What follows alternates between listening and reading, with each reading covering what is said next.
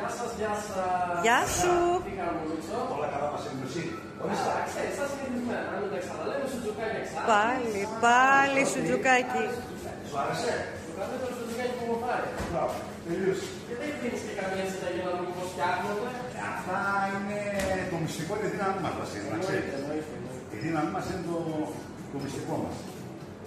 Εμένα με ενδιαφέρει να δώσει και να το ευχαριστιέσαι. Από εκεί και πέρα όλα καλά. Μόνο το ευχαριστιέμαι. Ένα στην κατησιά κατεβάζω. Έχεις πάει καλύτερο? Όχι. Πόσο μπορεί να δώσεις στην κατησιά? Ένα πακέτο. Ένα πακέτο.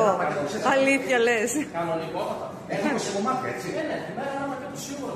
Τη μέρα ένα πακέτο. Αφού έρχομαι εδώ και ψωνίσουμε, με ξέρεις πλέον. Μεσημέρι, βράδυ, έτσι. Εννοείται. Μπράβο, ρε Βασίλη, μπράβο, ρε Βασίλη. Ήθελες κάποιο άλλο δρόμο? Τίποτα μόνο σουτζουκάκι εξάρτης. Ωραία. Και έχω να σου πω ότι κάνεις τα καλύτερα σουτζουκάκι εξάρτης. Ευχαριστώ πάρα πολύ. Να είστε καλά. Καλό μεσημέρι.